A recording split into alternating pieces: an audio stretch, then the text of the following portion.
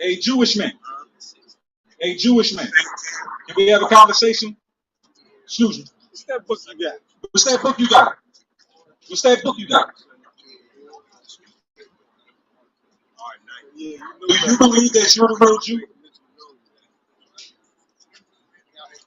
I can't hear you. You're not sure? You're not curious? Nah, those are our brothers, bro. I don't hear what you're saying. You got a man still being. Oh, you're not technically Jewish, because anything Jewish is not technically anything. Anything ish is not technically it. Like childish, right? You can't be something like a child. You can't be something like a Jew, man. You either a Jew or you're not. Yeah. Who are you dealing with? Con, all praise to the Most High. Who are you talking about, powerful brothers, okay?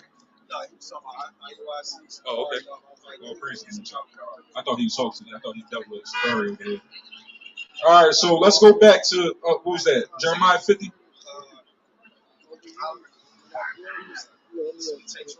All right, so go back to, Second Ezra 13 and 40, right? And you hold that. Bring that up. Second Ezra 13 and 40. Those are the 10 tribes which are carried away out of their own land in the time of Hosea the king. Right, so the so-called Negroes came out of Jerusalem in 70 AD, got ran off by the European Caucasian white man. The Europeans, the Romans, right? They pushed the real Jews out of the land and they ran them to the western shores of Africa. From the western shores of Africa, the Africans sold the African Americans to the white man, right? Ultimately. So, how did the Northern Kingdom get here? Bring it up. Whom Salmanasar, the king of Assyria, led away captive. Uh-huh. And he carried them over the waters, and so came they into another land. Right, so the Northern Kingdom, the 10 tribes came over into another land, which would be here in America. Keep going. But they took this counsel among themselves that they would leave the multitude of the heathen and go forth into a further country where never mankind dwelt. Right, they went into a further country where no mankind dwelt. That's here in America. Right, the East was a known world. Alexander and the Romans, the Greeks and the Romans took over most of the known world. Right, the so-called African Americans or the Jews went to the western shores of Africa. That's where they went. Right, the Northern Kingdom went to America. Right, keep going. That they might there keep their statutes, which they never kept in their own land. Right, that's why you've seen us keeping the circumcision ceremonies, which was only given to Abraham. Right, Abraham is the one that was told to circumcise your children as a token of the covenant. So there's no reason why any other nation of people would want to circumcise themselves. Right, it's not a pretty thing. Right, keep going. And they entered into Euphrates by the narrow places of the river. Right. For the Most High, so they went from past the Euphrates. So Iran, above Iran is Syria. Well, above Iraq is Syria. Assyria. So they went from Assyria, crossed over the Euphrates, which would be going towards the west. Keep going. For the Most High then showed them signs. Salaki. For the Most High then showed signs for them, and held still the flood, right? So they were passed over. Right. He held still the flood, like the other brother was saying. I mean, it was a heavy current, so it was hard for him to believe that an ancient wooden boat or would be able to withstand the current and the salt to be able to make it over here to the Americas. But the Most High held the flood for the Northern Kingdom to be able to make it over here. And regardless, we could prove that there was navies that was coming back and forth over here that was successfully doing it regardless. And we can just go to Christopher Columbus and see how Christopher Columbus in that time, because there was no modern technology. This was wooden boats, just like how they would have been making wooden boats at this time.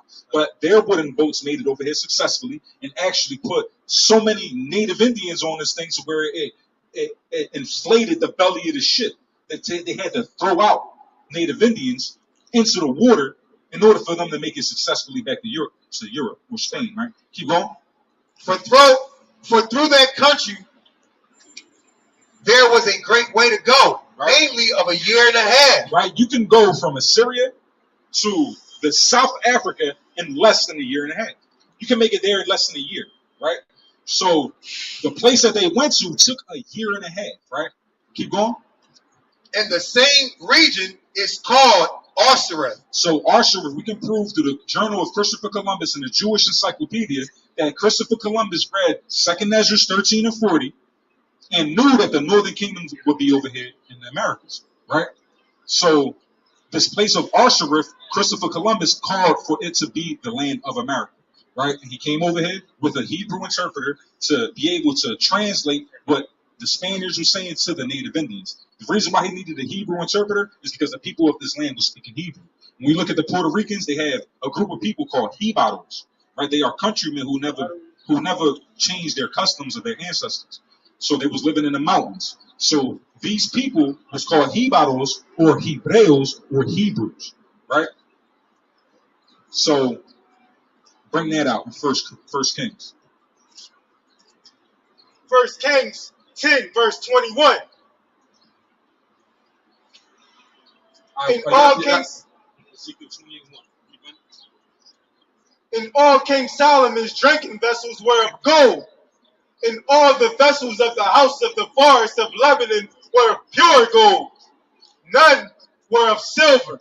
It was nothing accounted of in the days of Solomon. For the king had at sea a navy of Tarshish. Navy of Tarshish, right? This will be the Japhetic people that's in between Morocco and Spain. Keep going. With the navy of Haram, once in 3 years came the navy of Tarshish, bringing gold and silver, ivory and apes and peacocks. Right? So the navy of Tarshish would be all the way on the western part of the eastern world, right? The western shores of the eastern world. So if they were in the Navy and going to places where nobody dwelt, the only place you can go to is the Americas, right? This morning, they said it took 3 years. Where we at?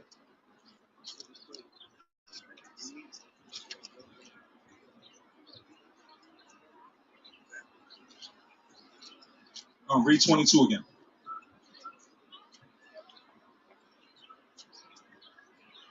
First Kings 10, verse 22. For the king had at sea a navy of Tarshish, Right? with the navy of Haram once in 3 years. Right? So the native Indians or the 10 tribes of Israel came to a land that no man dwelt that took a year and a half to get here. The navy of Tarshish was going to a land that took 3 years for them to go all the way to the land and come back. So it would take a year and a half for them to get to the land that they was going to, and a year and a half for them to get back, and for them to be bringing exotic animals and ophir of gold that you will find in Peru, right? So it's a thing, right? So the 12 tribes of the 10 tribes of Israel, or the house of Israel, is dwelling